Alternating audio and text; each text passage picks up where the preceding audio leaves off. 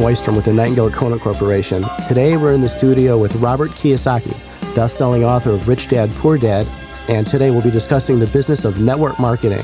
And although Robert won't be speaking on behalf of any one particular network marketing organization, he will be discussing the 8 values of the network marketing business and why a person should or should not join a network marketing organization. He'll also give us the reasons why, as a rich person, he recommends people get into the business of network marketing. Hi, Robert. Thanks for being with us today. Thank you. I'm glad to be with you. Robert, I'd like to jump right in and ask you, you have these 8 values of the network marketing business. What is value number 1?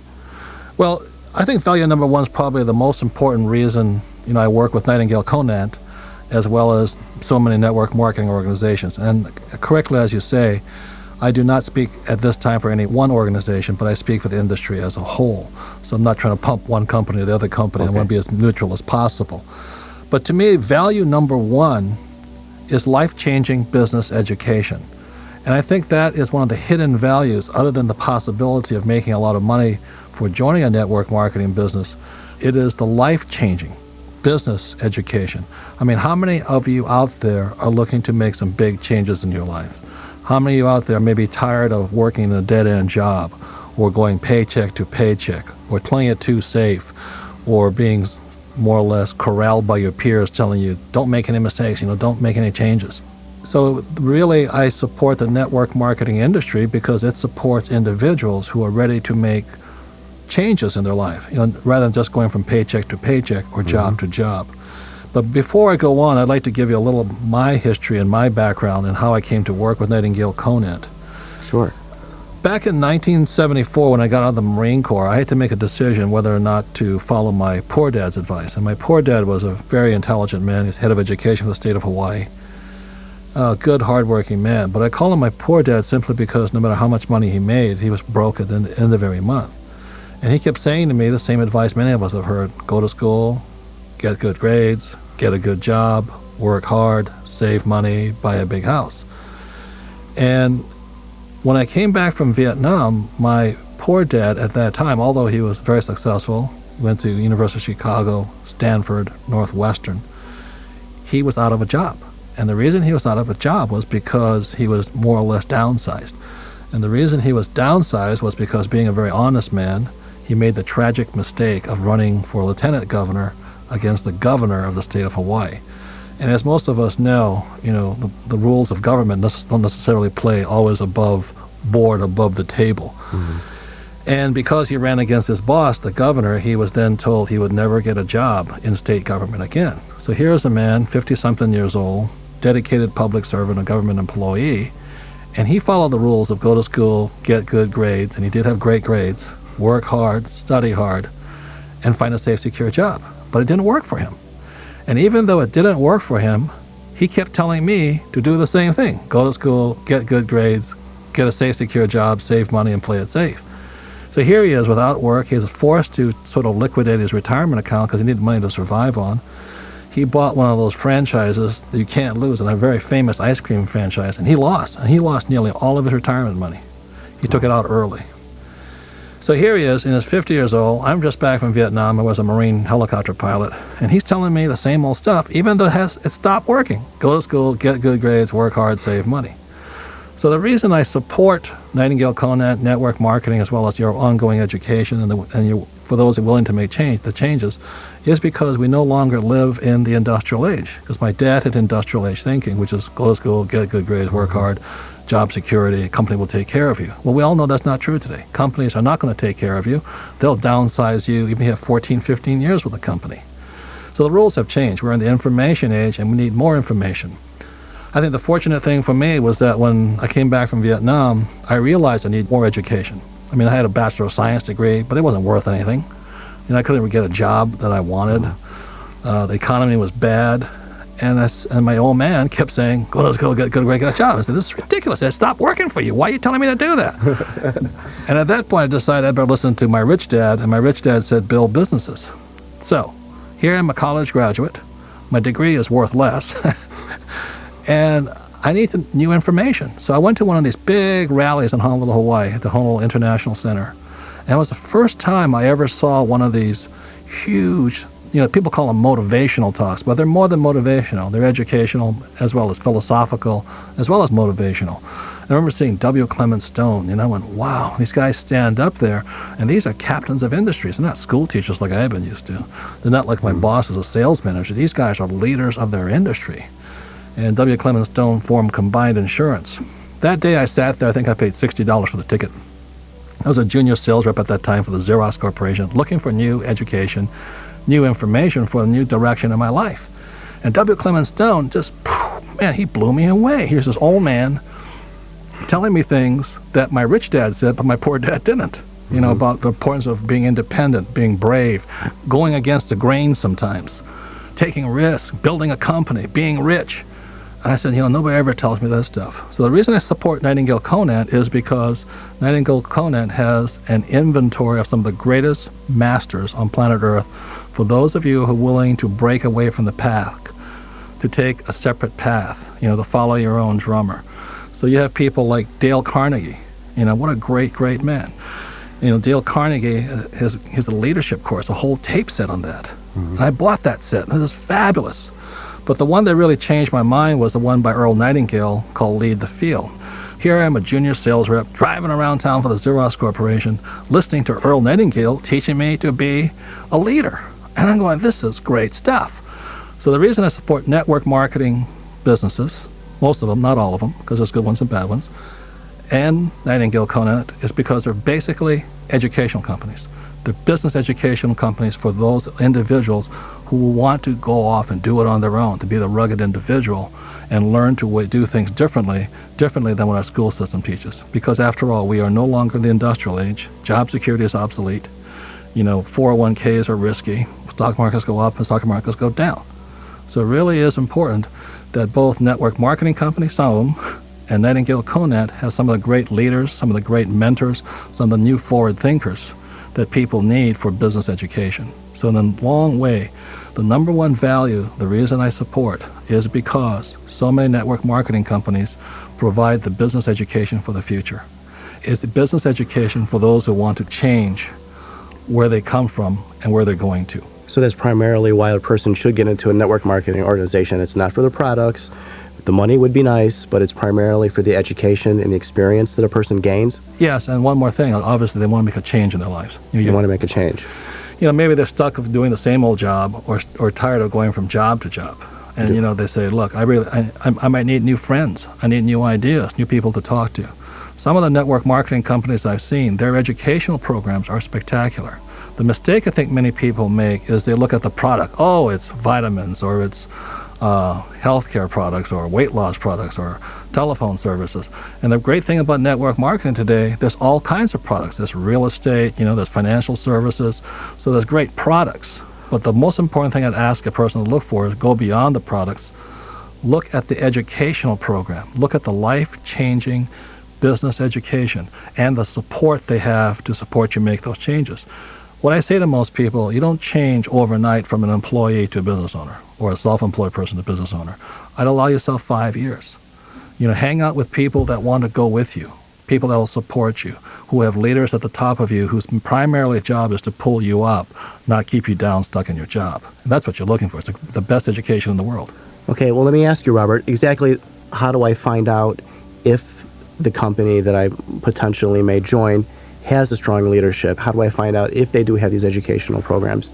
What should I be looking out for? I think the number one thing is ask them, what is your educational program? How much support do you have? What kind of meetings do you have? What kind of educational products do you have? If they're just trying to teach you to, let's say I have a new flower fertilizer or something, and they want to teach you how to sell it. They're teaching you to be a salesperson, or what I call the S quadrant, self-employed or small business quadrant. They're not training you to be in the B quadrant, the business owner. As for those who read my second book, Cash Flow Quadrant, there's employees with the E quadrant, self-employed or small business, S quadrant, business owner, which is the B quadrant. That's where most network marketing companies are, and the I quadrant for investor. So the first thing you ask them is, go to their meetings, keep an open mind, look at the leaders. Who are they? What do they stress? Is it to sell a product or to develop yourself as a better person? Are they more interested in you selling for them or developing you? Those are some of the gut kind of instinctive things you have. The other thing I say is look to the leaders first, because many times in network marketing businesses, they have a lot of people who are just starting out and, they're in the same boat you are. Mm-hmm. What you want to check out is who are the leaders, where they come from, and how committed are they to you becoming like them. And make sure they want to develop me as a person first before developing their product and going out there and selling it. That's correct. So the way I came across network marketing, I had a negative reaction to it. In the 1970s, when I was looking for new education and new answers, somebody says, I'd like to show you a business opportunity. So I went to this meeting, and I sat down there, and I listened to it, and that was the first time I ever heard the word network marketing. So I wasn't turned off, but I was turned off a little later on when I realized that I really didn't understand what they're trying to say to me. And then I walked out of the meeting simply because I can build a business. The reason I had a rich dad, the reason I build corporations today is because my rich dad trained me to be a B quadrant individual. So I was a little turned off, but I also really didn't respect the education they were offering because I kind of already had it. But I'll just say one thing. Why I was attracted to the business was the word network or networking. And let me just say this about that word. I talk a lot about the power of words. Words are very, very important. There's words of rich people and words of poor people. Having two dads, I realized that both dads spoke the English language, but they didn't speak the same words. My dad spoke the language or had the vocabulary of a school teacher, German, geometry, trigonometry. And my rich dad had the words of a business owner, discounted cash flow, internal rates of return, and things like this. They're different words. So my rich dad really respected the word network. What he said to me was this: the richest people in the world build networks. Everybody else looks for work. And the reason he said network was such an powerful word, you look at John D. Rockefeller, founder of Standard Oil. What he did was he built a network of refineries, distribution, as well as gas stations. That's why he was such a rich man. Again, I'll say it, for rich people, the word network is a very, very good word. So when I heard network marketing, I was turned on. You look at when they call it a television network. The richest people own networks. General Motors is a network of car dealerships. That's why they're such a powerful company. So I'll say this again. For the rich, the word network is a very powerful word. For many people who are like me at the start, kind of turned off by the word network marketing, they really don't know what they're looking at. What they do not see is they're looking at an opportunity to build one of the most powerful businesses in the world, a network marketing business. And so it is in the word. I saw that, but I didn't respect it simply because I kind of understood it. I was starting to build my own network of, I had a nylon Velcro wallet business, and I was building my network of distributors and retail outlets throughout the U.S. I understand the power of networks. The average person doesn't. I never looked at it that way before. That's a great point. Let me ask you, Robert, you keep mentioning the cash flow quadrant and the importance of the B and the I side. What is the cash flow quadrant, and how does that tie into your value number 2? Okay. Cash flow quadrant is about the 4 different people found in business. The 4 people that make up the world of business, the biggest number are E quadrants, which is employee. My rich dad says you can always tell an employee because they always say the same thing. I'm looking for a safe, secure job with benefits. But they're looking at the core for security. Okay. The S quadrant is the self-employed, small business, or specialist. Those are often the doctors or plumbers, electricians, small retail outlets. These are the rugged individuals. When they say, I'm going to quit this job and go out on my own and do my own thing, they generally go from E to S, and they stay small. It's one of the hardest quadrants because the employees pick on you as well as the government. You have tax problems and employee problems. And the problem with the S quadrant is that you can't quit working. In other words, you don't own a business, you own a job. Like a dentist, if most dentists stop drilling, the income stops also. So that's why there's small business versus the B quadrant with big business. Big business are people like Bill Gates, Michael Dell, Henry Ford, John D. Rockefeller. They build networks and networks of systems. They hire smart people, and they can do more and more while working less and less. The problem with the employee side, the left side of the quadrant, and the self-employed, also on the self-employed side, is in order for them to make more money, they often have to work harder. That's why the income potential for the E and S side is often capped or limited. Okay. That's why many times most people in the S quadrant cap out at around 110, 125,000. Now that's not bad. And most of the E quadrant, oftentimes the average guy is happy to make 50,000. The B side, the big business owner, they're unlimited. The B quadrant makes more money than rock stars, sports stars, movie stars. While the E and the S are happy to make millions, the B side can go for the billions, because the B quadrant, which is where most network marketing companies are, their income potential is virtually unlimited because networks are unlimited. The I quadrant is the investor. That's the person who takes money and makes their money work harder than they do. So unfortunately, our school system still trains people primarily for the S quadrant, go to school and get a job, job skills, or trade skills, the S quadrant, doctor, lawyer, plumber, electrician. Network marketing trains people for the B quadrant, and that is the richest quadrant in the world. I'm not saying you have to want to be rich. This is what I'm going to say here. If you want to change, what you want to do is change quadrants. In other words, you don't want to go from job to job, which is the E quadrant, or E to S, which is my rich dad called psycho S, because you had to be Superman or a soloist, or you have to be a real star. That's hard. Like Tiger Woods is a star, not too many guys are going to beat Tiger Woods. So he said you have a better chance to be successful and rich in the B quadrant. So network marketing companies, the good ones, they have educational programs that take you from the E and the S to the B side. And as I said earlier, that's not an overnight process. It really is a change of core values, a different way of looking at things, a different context, a different paradigm. So once you find a company you want to hang out with or work with, allow yourself at least 5 years. Give yourself the time, hang out with new people, gain new skills, new realities, new values, and make that change slowly. I wouldn't expect to do it overnight. It took me years to make that change, because I came from a family that really believed in high education and job security. It was a value they had. It was not my rich dad's values. So that's what I mean by the difference between the E, S, and the B and the I. The beauty of a network marketing corporation, when people ask me, how do I make the change from the left side, the E and S side, to the B and I side, I say one of the best things you can do is join a network marketing corporation, simply because they'll change you from the inside as well as the outside. They'll have the support to have you make that change. I was fortunate that I had a rich dad and a bunch of other mentors to help me. But if you don't have that right away, then join a network marketing company. Even if you don't sell anything, hang out with them, spend time with them, go to the meetings, make new friends, and change the way you think and change the way you look at the world. It changes your mindset from the E and the S side, and it helps you transition into the B side. Yeah, that's very important. So the transition is more important. The beauty of a network marketing business, if you want to make $1,000 a month, good, stop there. But you also have the potential to make billions if you want to. That is the power of network. That is the power of the word network marketing. And once you can understand it and fully grasp it in your mind, your heart, and your soul, the change will be permanent and you'll never want to go back. Which leads right into value number 3, the value of access into the B quadrant and how important it is to be in that B quadrant. Right. When people say, I want to build my own business, I think sometimes they don't know how much money it takes, or how much skill it takes, and how much courage it takes.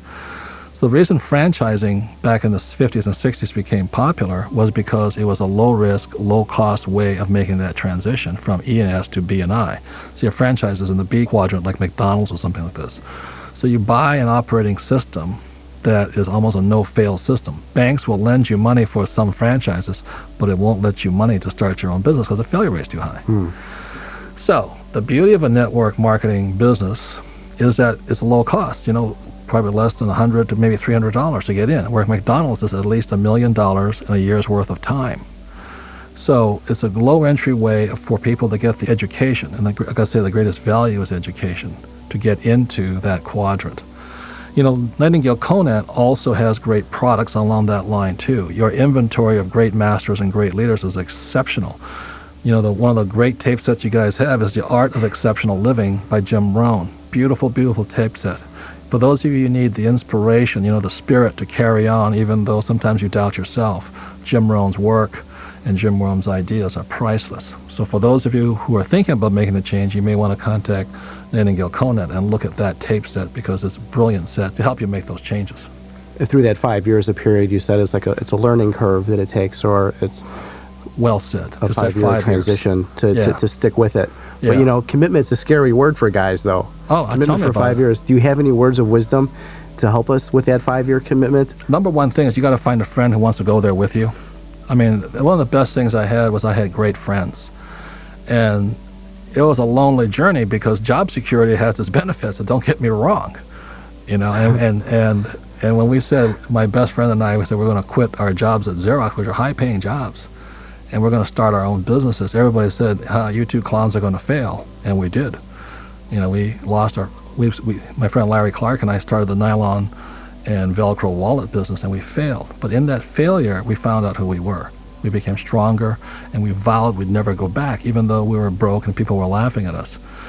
10 years later, Larry Clark became Inc. magazine's Entrepreneur of the Year. Wow. The fastest growing home builder in business, and I became the best-selling author of Rich Dad, Poor Dad. And the thing was, I don't think I could have made it without Larry Clark or my wife, Kim, who has been a partner in my business. My wife is just absolutely gorgeous. And I know she didn't marry me for my money, because when we got together, I didn't have any money. All we had was a dream and the courage to keep going forward in spite of no guarantees. So I would not have made it without a great wife and great friends and people to support me along the way. I think that's the most important thing. If you have friends that are holding you back, you definitely should join a network marketing company, because you need new friends. And they all support you. That's what they're there for. It's the emotional support that's crucial. And Robert, just like you said, it's important to hang around like-minded individuals who support you in your goals and everything that you want to do. It's also to invest in the type of things that rich people do as opposed to poor people. Well said. And that would lead us into value number 4, investing in the same investments that the rich invest in. Yes, most people are not aware that the rich don't buy the same investments the poor buy. For those who see my board game Cash Flow 101, there's the rat race and the fast track. The rat race is where the people who are buying 401ks, mutual funds, and average investments, what I call retail products. The fast track of Cash Flow 101 is where the rich invest, and those are things of pre-IPO products. They're franchises. They're things like they're the high-yield investments. But by law, by U.S. securities law, if you're not a millionaire, according to the 1933 securities law, if you're not a millionaire, you cannot invest in the investments of the fast track. So there really are two tracks. You mean so you have to be a millionaire? The government says you have to have at least a net worth of $1 million to invest in these certain things? By law. Wow. And so one of the beauties of a network marketing business, I said it again, if you only want to make $1,000 a month extra, fine, that's your goal. But a network marketing business provides the opportunity not only to make a lot of money, but the second most important way to get rich is they allow you to invest in the investments of the rich. If you ask any securities attorneys, they will tell you an accredited investor, by definition, is a person with $200,000 a year or more cash flow and $1 million net worth. In other words, you're not a millionaire, you can't invest in the investments of the rich. So if you're stuck in a job making $150,000 a year, you can't invest. And that's why one of the ways the rich get richer is they're allowed to invest in the investments of the rich. Many of the people I've met who are very successful in network marketing businesses, they make even more money as investors because they're investing in the investments of the rich. So that is one of the values. That's value number 4 of a network marketing business. It allows you the possibility or the potential to invest in the best investments in the world. That's what I invest in. There's another great tape set by Nightingale Conant which I recommend, and that's called The Laws of Inner Wealth by Sir John Templeton. Sir John Templeton is the founder of the Templeton Fund. Nightingale Conant has this tape set. And for those of you who understand the spirituality of money or want to and really more understand the spiritual values of investing and being wealthy, Sir John Templeton is the individual. He is the master. He is the mentor everybody should listen to. Sir John Templeton is the man who resigned from his fund, although he still guides it. And instead he's putting all of his money to spread spirituality throughout the world. So that is the power that this man, John Templeton, has, and he is on the tape set that's part of the library at Nightingale Conant. So again, I'll say it goes back to value number 1, the value of Nightingale Conant as well as many network marketing businesses. More than wealth, it teaches you to be spiritually wealthy. My rich dad said the best way to get rich is by being generous. And what I have found, there are more people who became rich by being generous, by serving more people. That's how they become rich. That's why Sir John Templeton thinks of wealth, the inner wealth of money, as a spiritual process, because all you want to do is serve as many people as you can. I found many employees and self-employed who are the most greedy of all. They say, well, I'm not going to work unless you pay me. Well, what's in it for me? Whereas to be a business owner, to be a network marketing business, you don't get paid unless you serve other people. It is really a great system. The only way a network marketing person becomes wealthy is by making other people wealthy first. And I love that process. I think that's why one of the beauties of network marketing businesses is it teaches people the true meaning of being generous and how to become wealthy by being generous.